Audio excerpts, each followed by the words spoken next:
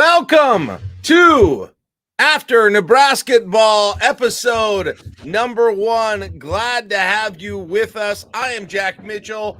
That is Kaleb Henry, live from Pinnacle Bank Arena. And this is what we're going to be doing this winter, late fall into winter, into spring. It's hanging out with you after Nebraska basketball games. Jacob Bigelow will be joining us here in just a little bit. If you're joining us on the I-80 Club or Husker Max, welcome. Glad to have you with us. Please like and subscribe right away so you can make sure and be with us every single week. Nebraska 87, University of Texas, Rio Grande Valley, the most mouthful of a name of a freaking school I have ever heard in my life. Grande. The difficulty the play-by-play announcers had in referring to Nebraska's opponent tonight was occasionally on par with Nebraska's inability to stop the three-point shot tonight. That is the longest mouth. How have they not changed the name of that school to something easier to say? It's unbelievable. It's UTRGV. Just UTRGV. Yeah. Try or that fast the when you're doing Vaqueros. play-by-play. Try that fast when you're doing play-by-play. Here we go. Glad to have you with us for After Nebrasketball. I will tell you this, ladies and gentlemen, Nebraska won this game. We will not think of this game by the time December rolls around, by the time Creighton and Michigan State and Indiana are flying around, we will forget this game forever, probably. But this was not the I disagree. You think we'll be thinking about this one during the Creighton, Michigan State, Indiana games? No, I think we'll be thinking about this game when we are getting to where does Nebraska get on the seed line, because that team is going to win some games in the Southland. They are going to win some. They're going to be dangerous. Don't do this. They're going to shoot themselves into some games. That team. Caleb's already got him. Caleb's already got him as a 12-5 winner in March. He's already got him. Put him into the Sweet 16. No, maybe a 15-2. Yeah, okay. You think? I don't know. You really think so? Are you being serious? They're going to shoot. Yeah, they are going to shoot themselves into some games because everyone on that team has a green light, and that is going to be dangerous for some team. Like, I know Nebraska, and that was one of my issues coming into this game because of past history, because of the way the exhibition went, was Nebraska's ability to defend the 3-point line.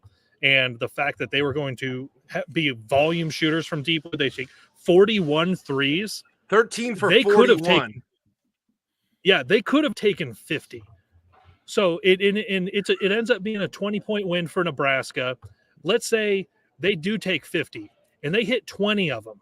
You know, like, they're going to shoot their way into some games that maybe they shouldn't have any business being in with the new coach. There were. Okay, but too many of them were wide open. Too many of them were open.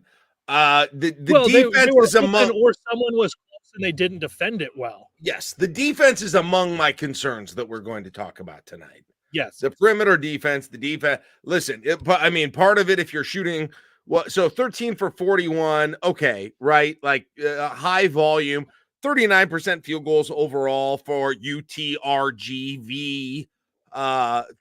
So, not wildly good there, but yes, to me right away, my first concern, there's certainly plenty to talk about, but my first concern is defense on this team.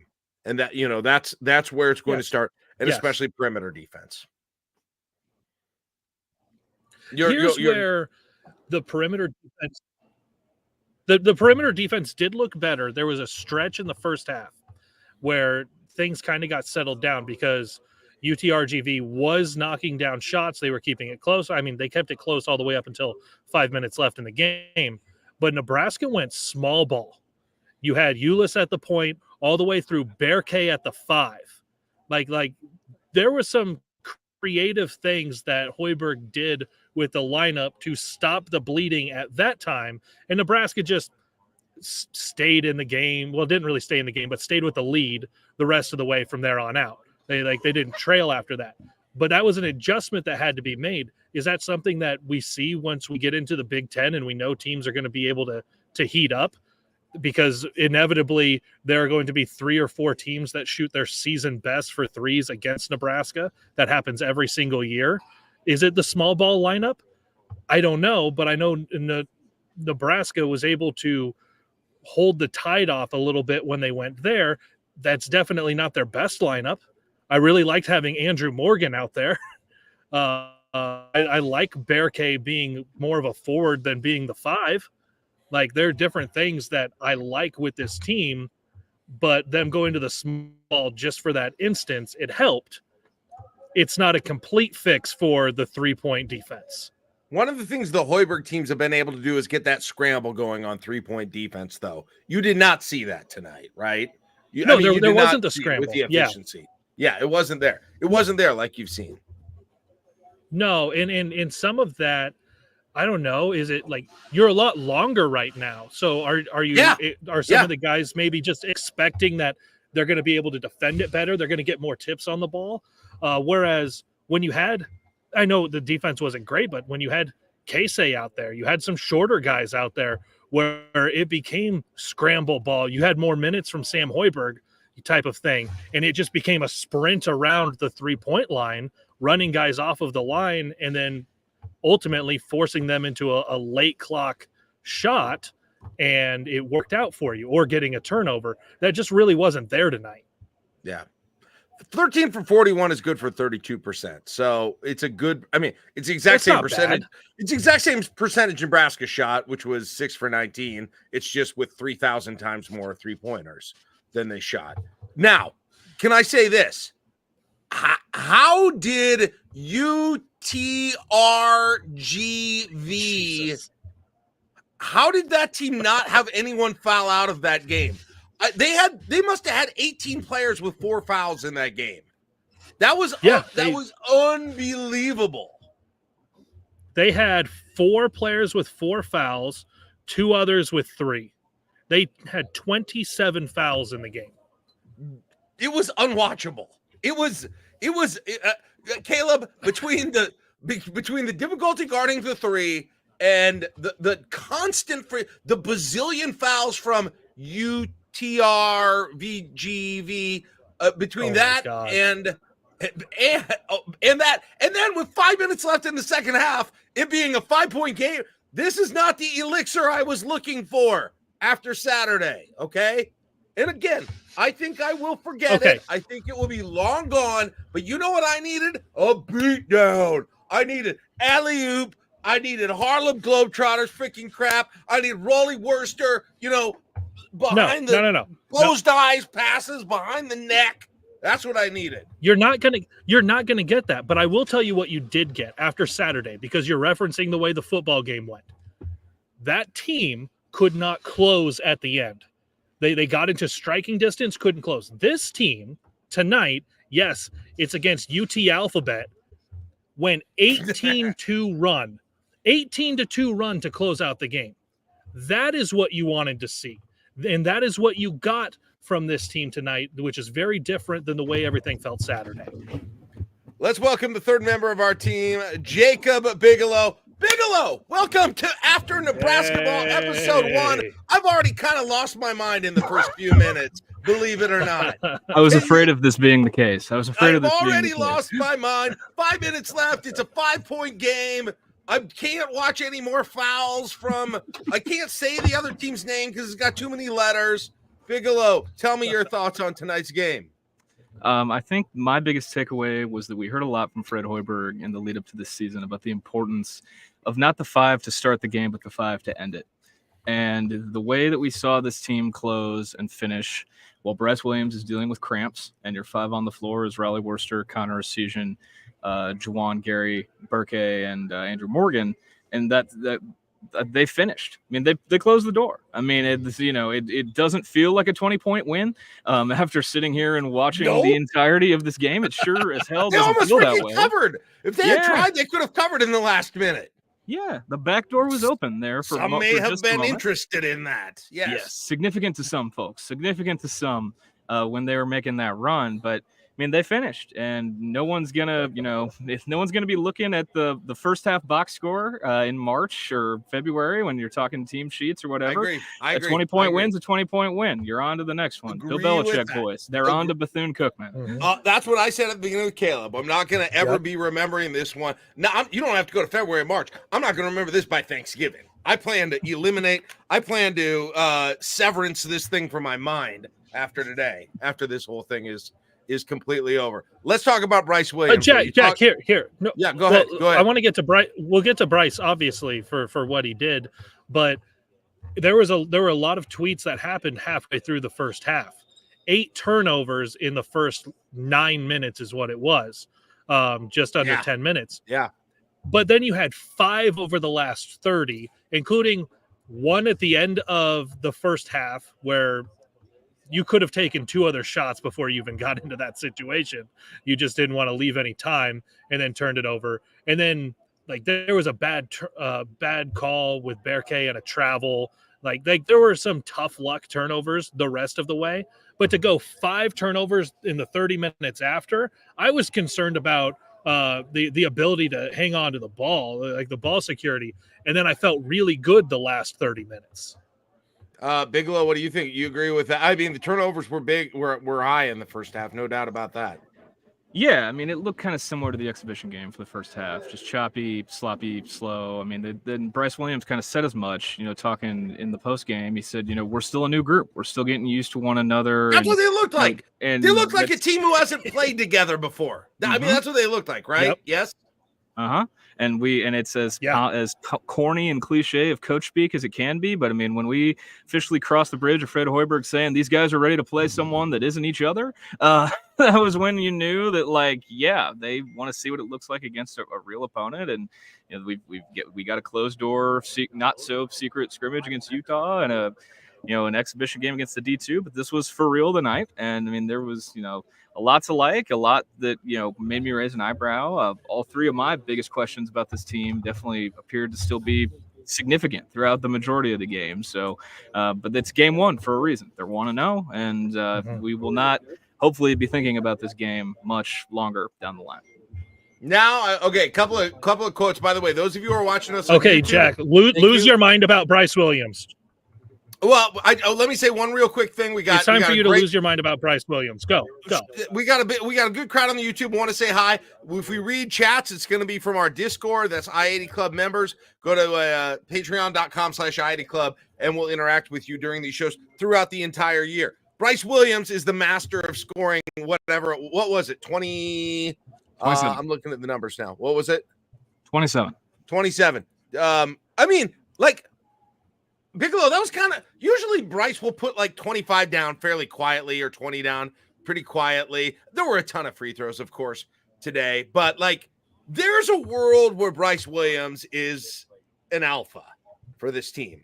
He is I don't know if he was last year. You saw glimpses of it occasionally. You didn't see it consistently. I thought you saw it, Bigelow, you saw more of a vision of that tonight than you really ever did last year. What do you think about that? Yeah, I mean, he kind of picked up where he left off at the end of last season. I mean, he finished with 3 straight 20-point games against Indiana, Illinois, and A&M to end the year in postseason play, and he kind of picked up right where he left off. I mean, I've been conducting the train all off season that Brice Williams is going to be an all league guy. I mean, he's going to be an all Big Ten guy by the end of the year, and if he's not, something has gone terribly wrong. I will gladly conduct this train. I've talked with people who cover other Big Ten teams, and Brice Williams has kind of been like an if you know guy. If you watch Brice Williams, you can see he's a dude, and he's shown flashes of James Palmer Jr.-esque, especially tonight, going downhill, getting to the rim, and I was a part of the teams with Palmer, and I mean they remind me of each other. They remind me of each other really and truly. Now, Brice, I kind of half-jokingly called him the Terminator last year because he doesn't really show much emotion, but he'll gladly kill you. He'll gladly, find a way to kill you. But I think, I expect him to be their dude all year. I think he's going to be their guy regardless. And, it's kind of my biggest question is who's going to be the second leading scorer, because I think we know Brice Williams is going to be the straw that stirs the drink all year for this team. Kaleb, you really haven't had that, a number one alpha scorer pretty much every game. like Brice could be this year. Yes. No, like, and not just what he could be, what he has to be for this team to be successful. Not that other guys can't lead the team in scoring, not that other guys can't score in double figures on any night. Brice Williams has to be the guy for this team to be successful. There are a ton of really good pieces. And like we talked about on Nebrasketball Brunch Show, there's a lot of good shooting. There's a lot of good size. This team is overall better than they were last year. But last year's team was built in such a way that you were going to have a different guy potentially lead you each night. You wanted it to be Casey because then you knew the crowd was going to be in it, or it was Rink against Ohio State, like those types of things. Brice has to be the guy this year. And what I really liked out of him tonight is he went 19 minutes between making shots, 19 minutes between made field goals. And it didn't matter because he was making all of those free throws. He was finding a way to still impact the game. He was grabbing rebounds. Like, for him to go and do that says he's going to do it any way he needs to. He needs to be that guy over the course of this year. Him doing that part and then ultimately the team taking it over while he was out at the end shows me, yes, it was against UT Alphabet, but they had to go get it done. And Brice has shown, at least through one game, he can be the guy. By the way, 1 for 6 from 3 for Brice, 10 for 11 at the free throw line, 8 for 18 overall. Field goals, did get 5 rebounds, no assists. I still wonder. I mean, I felt last year like there were times, listen, I'm going to miss Keisei Tominaga forever. I will have his name tattooed on my heart for life. I think there were times when Brice wanted the ball from Keisei and he didn't get it last year. I'll say it. Like, I mean, I think that was definitely the case. It'll be, I don't know that there's a situation like that, guys, on the team this year for him. And maybe that's a little bit of what we saw tonight. So that'll be fascinating to see, but gets in foul trouble, gets injured, anything else like that. You start to worry though, who else do you have as scorers on the team? Now, let me tell you what else I already told you what I didn't like. I will tell you what else I liked. Everything I heard, Bigelow, Kaleb, about Andrew Morgan, looked right to me in terms of more athletic than you think, better score than you think. Bigelow, Andrew Morgan I was excited about the way that he played. I'm excited about how he's going to look in the Big Ten. Yeah, I kind of felt like when we got close to the season, Andrew Morgan kind of wasn't getting talked about. Like, he kind of got lost in the shuffle when talking about the transfer portal guys. And he showed with good reason why I was trying to remind people, like, don't forget about this guy. You know, he comes in, he's 3 for 3 from the field. He shows some legitimate, actual, refined post moves. When was the last time Nebraska had a big breaking out post moves like that? And he's not even the guy that started. He was in the game to finish. But I think Andrew Morgan he's a difference maker. And I know it's game one, and that may sound like a ridiculous overreaction, but I think just the difference between the flow and just what it looked like aesthetically with him on the court compared to even the small ball lineup with Berke at the 5, which I'm still intrigued by, but just the difference personnel wise and the way it looked, it was night and day different with him on the court compared to either of the other 2 big men. Yeah. And we didn't even we saw Mia at the beginning, and we didn't see much of him in the rest of the game, right? Which probably had to do with the way that obviously that UTW239 asterisk was playing, a little bit of that too, but you didn't see, I do wonder. I am fascinated with Berke. I didn't see much tonight in terms of what he can do. I felt like I still have, in the exhibition game, I still didn't see either. Like, he seems dynamic. He seems like there's a lot there. I ain't seen it yet. Looking forward to seeing it at some point. Yeah, and I think the people in the program are looking forward to seeing it too. They've stayed ultra complimentary of him and his potential and his basketball IQ. I mean, I think he was probably the guy that wasn't in attendance at media day that we heard the most about from Fred, from Brice Williams, from Juwan Gary, was just what he's capable of as a distributor, his basketball IQ. Like, it's all been waxed poetic about, but I just we've seen like little glimpses, but when it finally flashes, I have a feeling it'll flash pretty hard. 6.6 rebounds, Kaleb. Dude's bigger than I thought he was. He's thicker than I thought he was. Jack, let's be honest. Yeah. one of the things that you and I were talking about on Friday was who is going to potentially be that emotional person the crowd latches onto when they touch the ball. And in the same way, Keisei Tominaga, like if he looked at the ball the right way, the crowd got a little bit antsy, got a little crazy. There are two guys that I saw the crowd start to get a little bit, I'm going to get out of my seat for. One of them was Connor Acee. The other one was Gavin Griffiths. He didn't make any of his threes, but when he caught the ball in space, the crowd started to lean forward a little bit. The PBA crowd likes the rec specs. That is one that I think there's going to be an emotional attachment to in the building. Really? That's what it is. Say it for what it is. He's a goofy looking dude. He's tall and skinny. He moves a little funky. You're telling me what's your favorite song thing, and he did the letters to Hot to Go. Like, he's for the people. Oh no, Gavin Griffiths is for the people, and that is they were like, what's your guilty pleasure song? And he spelled out the letters. Spelled out the letters of Hot to Go in that social media video. Oh God, this is like this is like a Brian Conklin type situation, is what you're describing to me. Like a little. I mean. Wow. Okay. Everybody's agreeing with you on the chat. Jab says yes. High Formation says Kaleb is totally correct.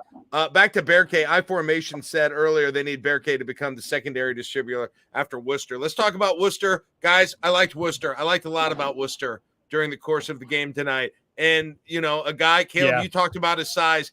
Kaleb, you talked about his size in Nebrasketball Brunch show. And he used that in scoring. Let's take a look at his line for the night. Worcester's line, 18 points. Good freaking crap. I had no idea.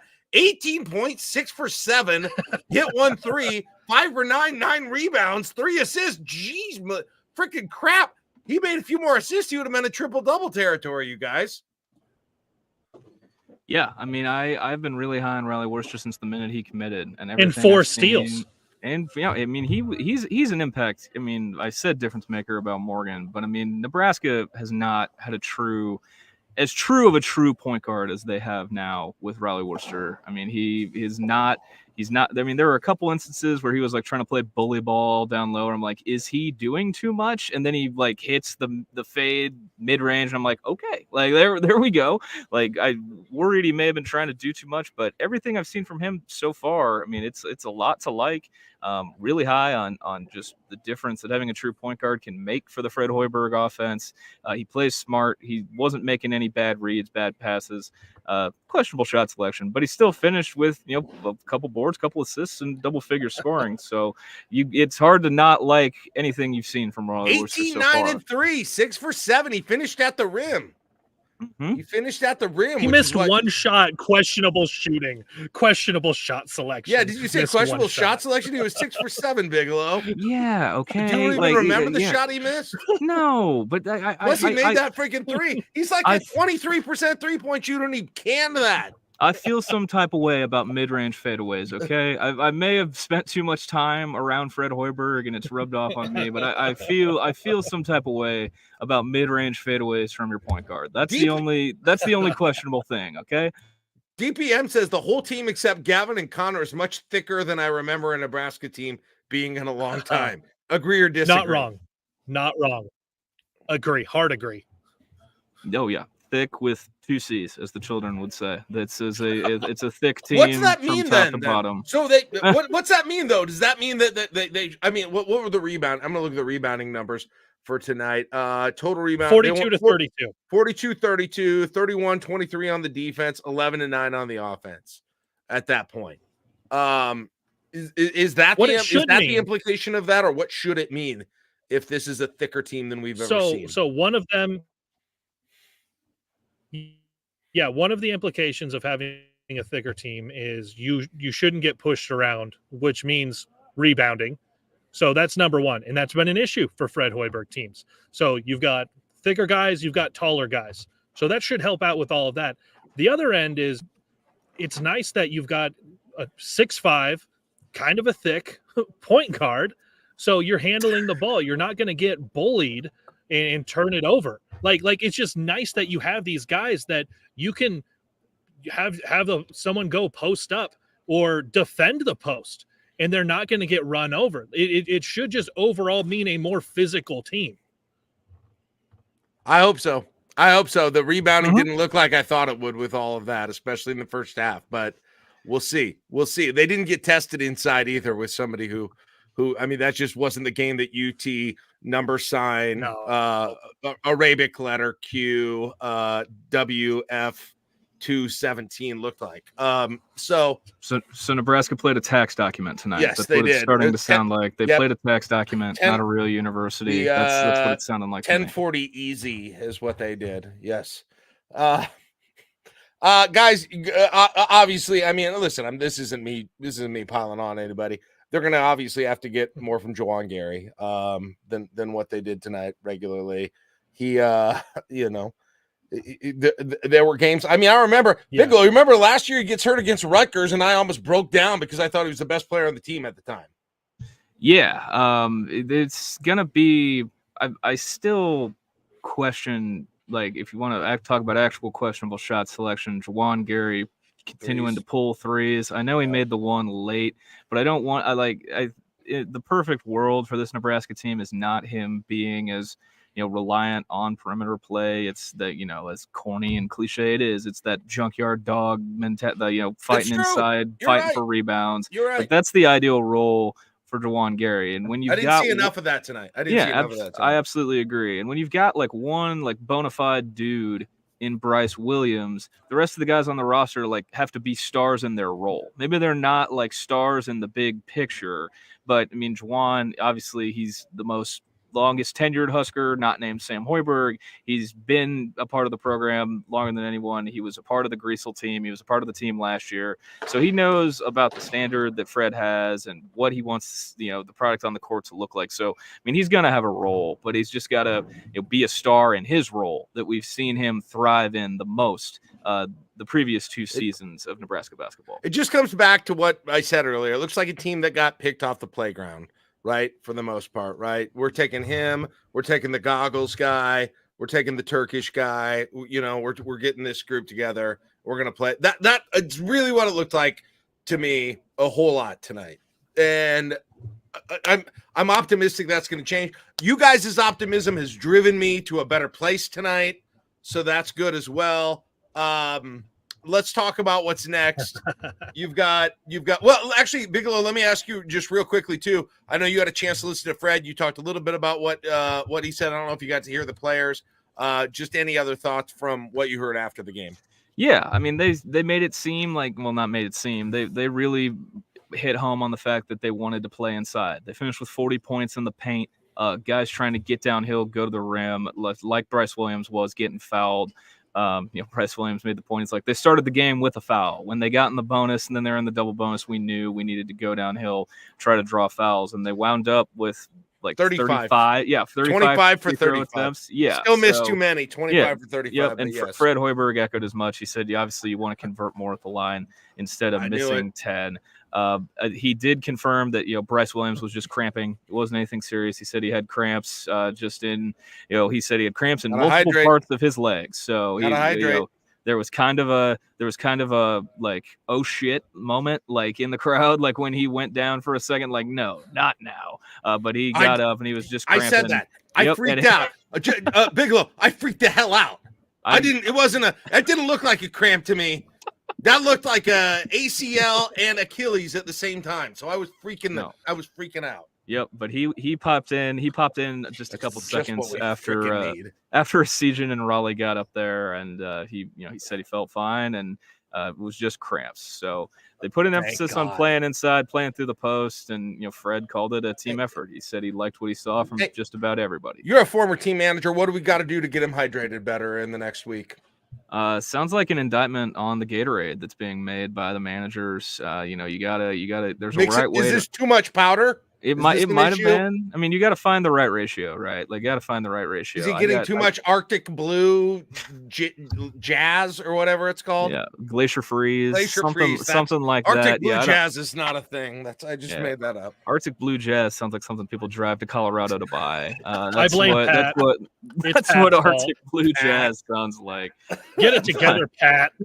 Matt on the Discord chat says not enough powder and nobody will drink it though. That's a good point. Maybe there was not enough powder and it was too watery. And Brice is like, I like a little taste in my Gatorade. Oh, don't worry.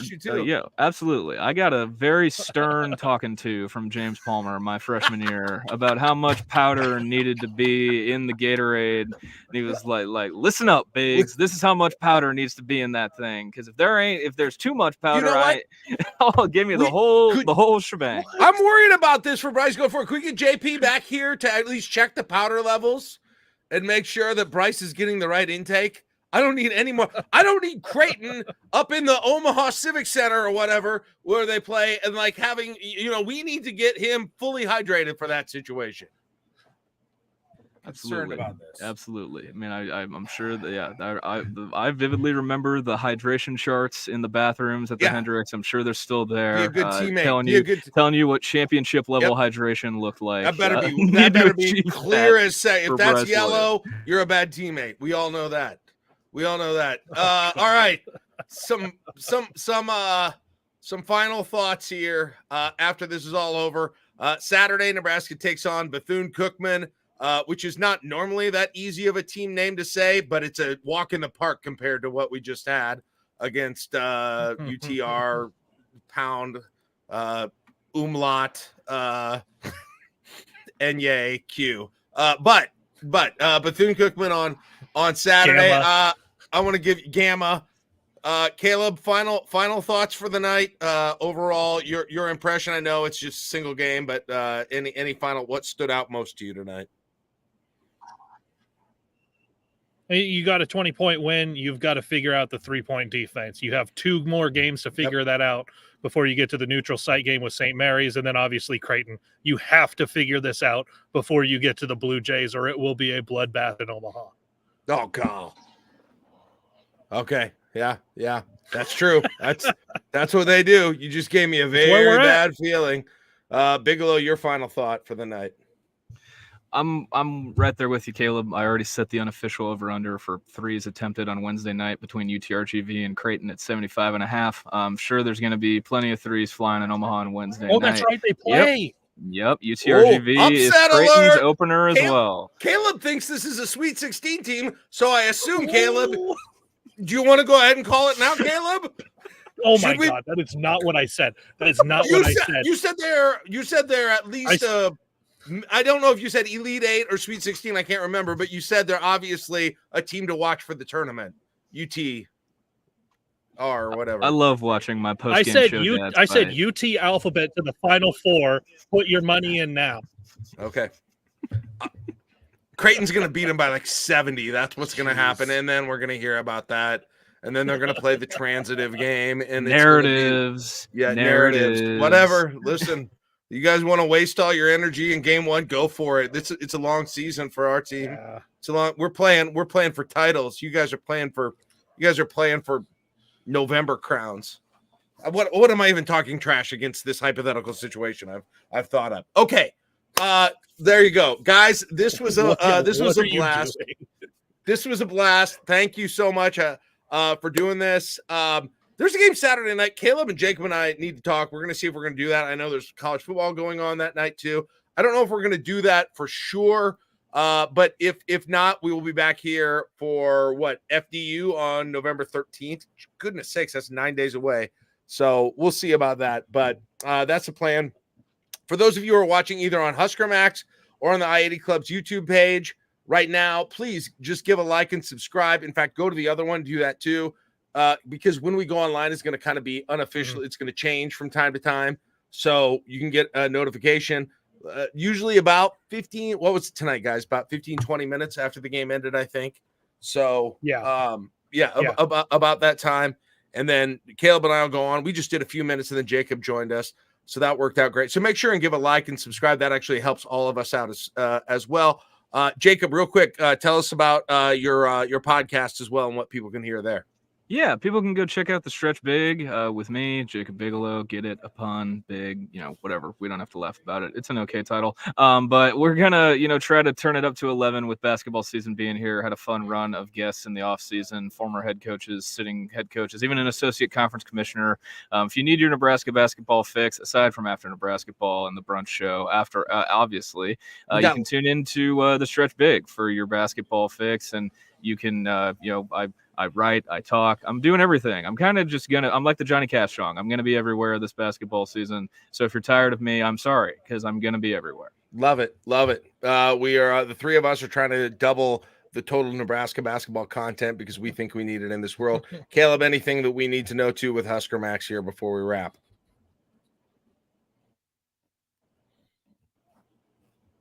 Hopefully you can hear me. Kaleb, are you there, Kaleb? Maybe not. Maybe Kaleb lost us.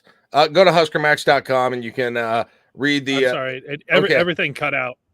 Okay, Kaleb, yes. I just wanted to ask you real quick. We're wrapping. Anything people? Last thing, I just want to give you a chance to tell people about Husker Max and what basketball fans specifically might want to know about Husker Max. All right, we're dying. Yeah, just go to huskermax.com. You can find the link to all of our stuff. Obviously, the things that we're doing with the I-80 Club, all the stuff that the I-80 Club does and shares, that goes there. And then the Stretch Big links get shared to, we have all that at Husker Max as well. All right, guys. Thank you. Thanks, everybody, for joining us. And if you want to be a part of the chat that we interact with during the post-game shows, which we'll do more of, go to patreon.com, I-80 Club. You can be a patron. You can join our Discord community. It's a whole lot of fun. So many things to do. For Bigelow, for Kaleb, I am Jack. Bigelow, thanks for doing it. We'll see you next time, all right? Yep. Thanks, Jack. Appreciate you. All right. See you later, everybody. Have a good one. Bye-bye.